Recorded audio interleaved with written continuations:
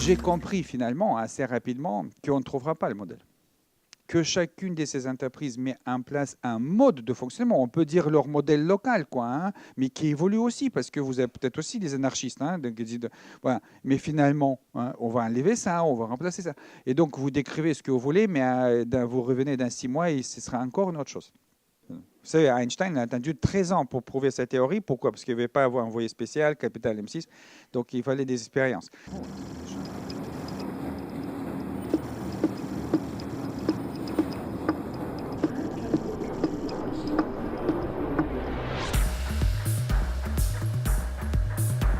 On va dire que je m'éclate dans mon job. Moi, je vous dis, tous les matins, quand je me lève, quand je viens travailler, je prends un agréablement plaisir.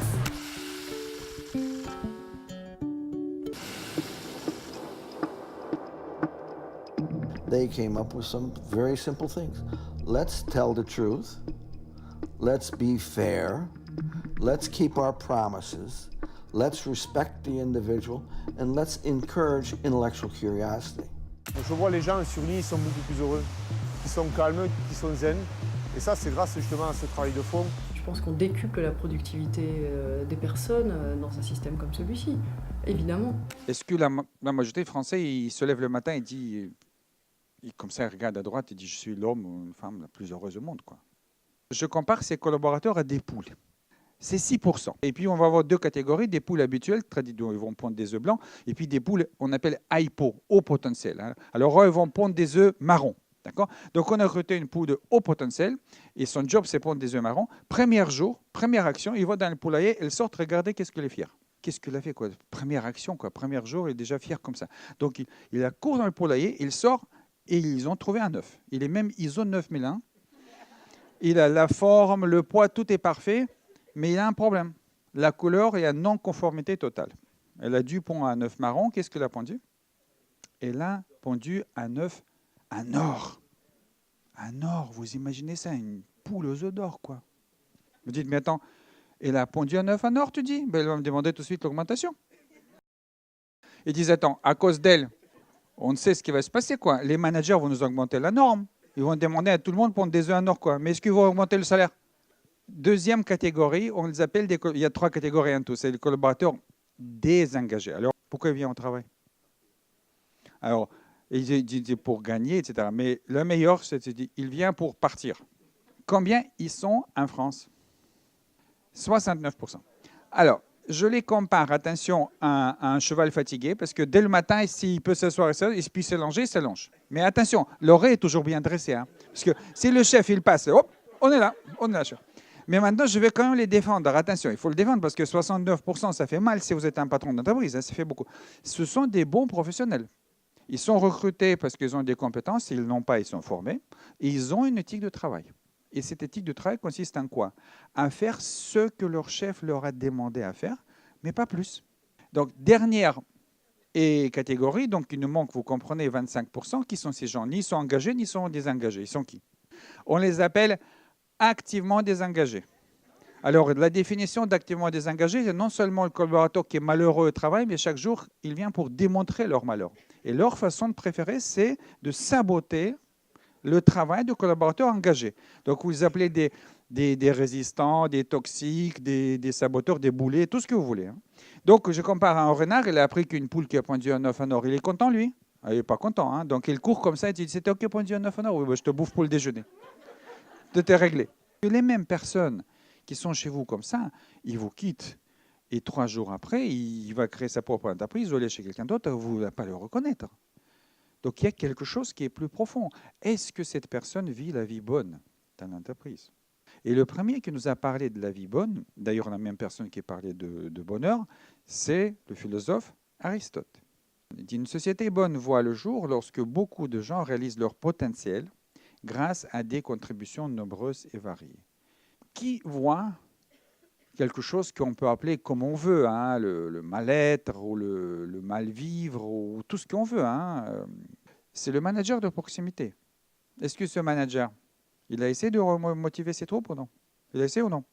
Qu'est-ce qu'il a essayé comme moyen de motivation le plus répandu d'ailleurs dans toutes les entreprises au monde? Quand il faut motiver, qu'est-ce qu'on fait? La carotte. Est-ce que ça marche la carotte comme un instrument de motivation? Alors, ça marche très court-termiste. Vous avez compris, j'aime beaucoup les animaux. Comme avec un bourricot, quoi. Un bourricot, il ne veut pas avancer. Tu lui montres la carotte, il avance? Oui, il avance. Qu'est-ce qu'il fait avec la carotte? Il la mange. Et il s'arrête, il n'est pas stupide. Hein, IQ très, très élevé. Donc, il s'arrête. Qu'est-ce qu'il veut maintenant? Une carotte. Il veut 2 carottes. Ça ne fonctionne pas. Mais on continue d'ailleurs. Hein, on continue d'utiliser de l'argent comme principal outil de motivation dans la plupart d'entreprises. Tu vas devenir un leader jardinier. Et le boulot de jardinier, c'est quoi? Le boulot de jardinier, c'est de connaître quels sont des besoins physiologiques de cette espèce, dans ce climat, et les satisfaire. Ils sont 3. Combien d'eau elle a besoin exactement? Pas toujours plus qu'avec la carotte. Hein. Exactement. Combien de lumière? Et quels minéraux exactement? Si je fournis tout ça, je n'ai pas besoin d'agir sur la fleur. Je n'agis pas sur la fleur. Elle est par elle-même au sommet de son potentiel. J'ai juste créé un environnement. Et elle s'automotive, ce qu'on appelle intrinsèquement motivé. Donc, c'est ça le leader jardinier, c'est celui qui va fournir un environnement, cette fois-ci bien sûr dans l'entreprise, qui va satisfaire des besoins, pas physiologiques, mais psychologiques, ce qui nous distingue. Hein. On n'est pas des fleurs, on n'est pas des animaux. Et dans ce cas, on n'a pas besoin de motiver les gens, ils sont automotivés. Ça peut venir de n'importe qui, mais celui qui peut prendre la décision, c'est celui qui a le mandat. Et le mandat social, c'est numéro 1. D'ailleurs, c'est la même chose de DGS dans l'administration. Hein. Donc, on ne peut pas imposer. Le DRH peut être le plus humaniste, magnifique au monde. Si le numéro 1 ne veut pas, c'est mort. On est d'accord? Si vous, le matin, vous dites bonjour, vous arrêtez pour attendre la réponse, parce que rien n'est pire que le regard fuyant du patron, vous allez savoir s'ils sont contents d'être là ou non, dès le matin. Et vous allez comprendre qu'autour de vous, peut-être il y en a beaucoup des gens, vous ne le voyez pas allongés, mais ils sont allongés dans leur esprit, comme ces chevaux fatigués dès le matin. Et qu'il y a des renards, hein, d'ailleurs, qu'on vous apprend aussi. Il y a quelques poules, parce que les poules, c'est terrible. Vous pensez qu'elle est heureuse, la poule? Ces poules, il y a un mot en français bientôt dans le nouveau Petit Rebelle, burn-outé. Burn-outé. Hein? Il termine par burn-out. Parce que vous avez 6% qui font du boulot. Mais on va toujours vers eux, quoi. Mais à un moment donné, elle explose, la poule. Qu'est-ce que je peux faire pour changer ces situations-là? Une entreprise libérée, c'est quoi? Eh bien, c'est une entreprise où les salariés sont libres et responsables d'entreprendre toutes les actions qu'ils estiment les meilleures pour l'entreprise. Après tout, qui mieux que le salarié sait comment faire le travail du salarié? Partant de ce principe, exit les procédures, les contrôles, la surveillance et la hiérarchie qui les entretient. Les dirigeants et les managers n'ont plus rien d'autre à faire que de se mettre au service des salariés. Un peu comme un jardinier se met au service de ses plantes. Bon, évidemment, pour que cette absence de hiérarchie ne devienne pas l'anarchie au bout de 10 minutes, ça demande une vision d'entreprise exaltante que chacun s'approprie, quelques règles de savoir-vivre, et aussi de la part du dirigeant, un peu de travail sur son ego. Voilà ce qu'est une entreprise libérée. Alors maintenant, sachant qu'en plus d'être des références en termes d'épanouissement au travail, ces entreprises surperforment, et ça quel que soit le secteur d'activité ou le continent. Forcément, ça fait réfléchir. Mais là, c'est la fin. Voilà. Est-ce qu'on a un rêve qu'on partage ensemble, qui donne du sens? Pourquoi je vais au travail? Pourquoi tu vas au travail? Parce qu'ensemble, on essaye de faire ça. Alors, il y aura des différences dans certaines régions ou entreprises, on va dire équité, justice, respect, solidarité, etc. Peu importe, c'est leur valeur. Ils s'identifient comme ça. Est-ce que 94% des Français recrutés, ils étaient comme ça, désengagés, activement désengagés dès le premier jour? On recrute des gens, vous savez, qui sont quelque part, je dis peut-être pas enthousiastes, mais en tout cas, ils sont contents de venir travailler dans cet endroit. Et ils se comportent beaucoup. Je suis sûr, il y a beaucoup de patrons d'entreprise et des managers ici que vous les voyez, ils se comportent comme des poules qui pondent des œufs en or. Parce que le regard neuf, vous voyez, la personne arrive une semaine après et dit « Monsieur, mais si on déplace ça, on peut gagner ici de temps en logistique, on peut réduire des coûts, on peut améliorer les services. » Donc, ils vous pondent des œufs en or, vous discutez un petit peu. Il a même un plan d'action, comment mettre ça en place. Tout d'un coup, devant vous, vous vous rappelez, c'était une poule ou un coq hein, magnifique, vous vous rappelez, de haut potentiel. Et dit « Monsieur, dites-moi ce que je dois faire et je le ferai. » Bye bye la poule heureuse, poule aux œufs d'or, bienvenue un cheval fatigué exécutant. Même personne. Qu'est-ce qui se passe dans nos entreprises? Qu'on recrute des gens qui sont enthousiastes pendant un certain temps, qui sont engagés, et puis à un moment donné, ils lèvent le pied. Est-ce que vous êtes prêts? Quand je dis prêt, je parle de quelque chose de très concret. La libération d'entreprise peut commencer uniquement quand le leader a abandonné son ego. Quand je dis ego, sous-entendu ego surdimensionné. Ça veut dire, moi, je suis l'être le plus intelligent de l'entreprise et j'ai la réponse à toutes les solutions, à tous les problèmes, quoi. Comment vous pouvez animer votre entreprise dans la confiance, respect, considération de l'intelligence des gens et en même temps avoir une posture d'être le plus intelligent? Vous prenez Saint-Exupéry qui a dit cette phrase magnifique, si tu veux construire un bateau, ne ressemble pas tes hommes et femmes pour leur donner des ordres, pour expliquer chaque détail, pour leur dire où trouver chaque chose, plutôt fais naître dans leur cœur le désir de la mer. Une vision complètement immature et infantile de la liberté, et la liberté, je fais ce que je veux. C'est absolument pas ça. Absolument pas ça. Je vous cite Lord John Acton, qui est un philosophe et historien anglais, qui a dit ça au XIXe siècle. La liberté n'est pas le pouvoir de faire ce qu'on veut, mais le droit de faire ce qu'il faut. C'est la réalisation de talent. Les gens, ils ont des dons, ils ont des talents. Si vous voulez être convaincu, allez-y, regardez où est-ce qu'ils vont après le travail. D'ailleurs, c'est pour ça qu'ils font la queue à la pointeuse pour dépointer. Et vous êtes étonné, hein, votre gardien, que vous avez pensé qu'il est autiste, vous amenez votre gamin d'un club de Benjamin de foot, c'est lui le coach. Hein. Vous ne le reconnaissez pas. Donc, les gens, ils ont des talents. Est-ce qu'ils peuvent les réaliser dans l'entreprise? Qu'est-ce que ça veut dire, égalité intrinsèque? Vous avez compris qu'il n'y a pas un chemin. Chaque entreprise va mettre en place ses propres et remettre en cause. Vous vous rappelez, pointeuse ou pas pointeuse, c'est remettre en cause certaines pratiques. Et ce n'est pas le patron qui remet, c'est les salariés. Ils disent, on ne se sent pas respecté ici. Vous êtes intéressé aux gens qui travaillent chez vous? Vous voulez faire que ça devienne une communauté des êtres humains? L'entreprise libérée, parfois, vous savez, en France, on adore jouer avec des mots. Alors non, mon entreprise n'est pas une prison. Évidemment, ce n'est pas ça. Et les salariés ne sont pas des prisonniers ou des esclaves. Mais il y a des choses qui sont étouffées dans l'entreprise, dont initiative. Airbus 380, donc construisent des 302 à Saint-Nazaire. Et donc Jean-Luc Morphas, qui est le patron de cette entité, il dit, voilà, ça c'est sa phrase, on comprend beaucoup trop les gens. Si on lâche, on a beaucoup plus de chances de laisser exprimer les talents qui le veulent bien. Il était convaincu qu'il y en a. Mais il faut changer ça.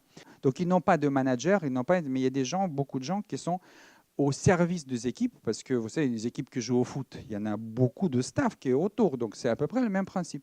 Et donc cette dame-là était secrétaire. Hein. Aujourd'hui, elle vraiment coordonne des activités d'une usine de 300 personnes. Il n'est pas la seule. Hein. Je le demandais, il s'appelle Linda, il dit comment vous vivez tout ça? Elle a dit chaque jour c'est du bonheur, c'est sa phrase. La bonne question, c'est est-ce que tout patron peut être un leader libérateur? Vous avez compris. Donc, résoudre ses problèmes d'ego, etc.